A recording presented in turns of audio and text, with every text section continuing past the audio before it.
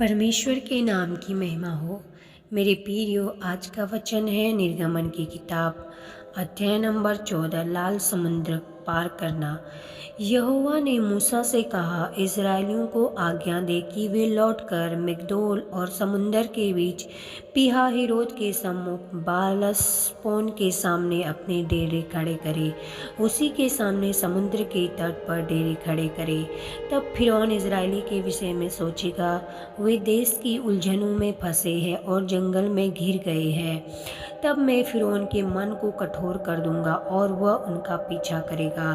तब फिरौन और उनकी सारी सेना के द्वारा मेरी महिमा होगी और मिस्री जान लेंगे कि मैं यहोवा हूँ। और उन्होंने वैसा ही किया। मेरे प्रियो, जब परमेश्वर ने इस्राएलियों को मिस्रियों के दासत्व के घर से छुड़ा के लेके आया था, उनको जंगल में 40 साल तक मन्ना खिलाया।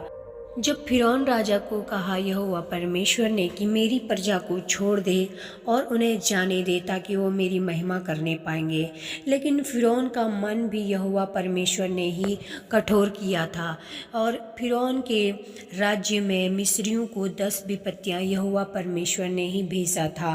लेकिन फिर भी फिरौन राजा अपने कहे हुए के अनुसार अपना मन बदल लेता था। जब जब यहोवा परमेश्वर उन पर विपत्ति लाता था, कभी मेंढक के द्वारा, कभी टिड्डियों के द्वारा, कभी डांस भेजते थे, कभी उनके पहलेठों को मृत्यु को मार डाला। लेकिन जब जब ये विपत्तियाँ आती थी तो फिरौन का मन पिघल जाता था, लेकिन उसके बाद फिर उसका मन हृदय और कठोर हो जाता था। इस प्रकार मेरे प्रियो, इस्राएलियों ने फिरौन के हाथों से बहुत सारे कठोर कामों को करवाया और कठोर काम किए भी। और इस प्रकार ये देख के यहोवा परमेश्वर को अपनी प्रजा पर दया आई। और जब यहोवा परमेश्वर की प्रजा ने यहोवा को दुहाई दी तो यहोवा परमेश्वर ने उनकी सुन ली और अपनी प्रजा को छुड़ाने के लिए परमेश्वर ने अपने दास मूसा को इस कार्य के लिए चुना। तो मेरे प्रियो, परमेश्वर जैसे जैसे मूसा को अपने दर्शन के बारे में यहोवा परमेश्वर मूसा को बताते जाता था, वो वैसे करते ही जाता था। और मूसा के द्वारा अद्भुत काम यहोवा परमेश्वर ने किए थे। तो आगे पढ़ेंगे। जब मिस्र के राजा को यह समाचार मिला कि वे लोग भाग गए, तब फिरौन और उसके कर्मचारियों का मन उनके विरुद्ध पलट गया और वे कहने लगे, हमने यह क्या किया कि इस्राएलियों को अपनी दासता से छुटकारा देकर जाने दिया। तब उसने अपना रथ जुतवाया और अपनी सेना को संग लिया। उसने 600 अच्छे से अच्छे रथ वरन मिस्र के सब रथ लिए और उन सबों पर सरदार बैठाया। और यहोवा ने मिस्र के राजा फिरौन के मन को कठोर कर दिया, इसलिए उसने इस्राएलियों का पीछा किया, परंतु इस्राएली बेखटके निकल चले जाते थे।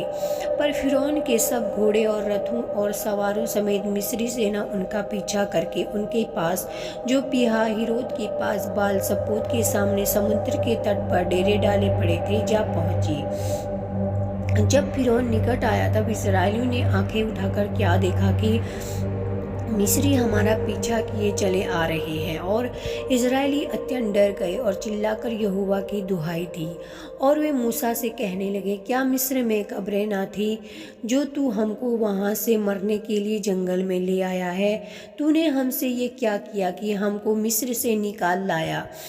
तो मेरे प्रियो, जब जब इजरायलियों पर ये विपत्तियाँ आती थी, वो अत्यंत डर जाते थे।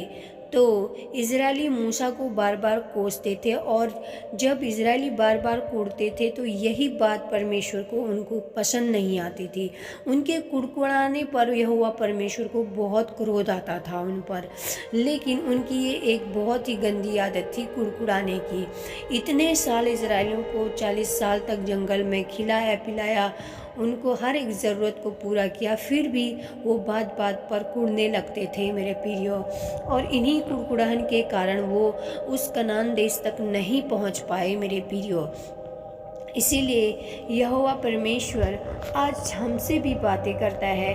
क्या हम कोई कार्य को, जब हम परमेश्वर की सेवा करते हैं या हम अपने जीवन में कोई कार्य करते हैं, तो कुड़कुड़ाते हैं या नहीं।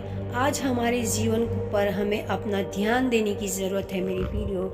इसीलिए आज हम अगर किसी बात पर कुड़कुड़ाते हैं तो वो भी प्रभु को पसंद नहीं आता है मेरी प्रियो।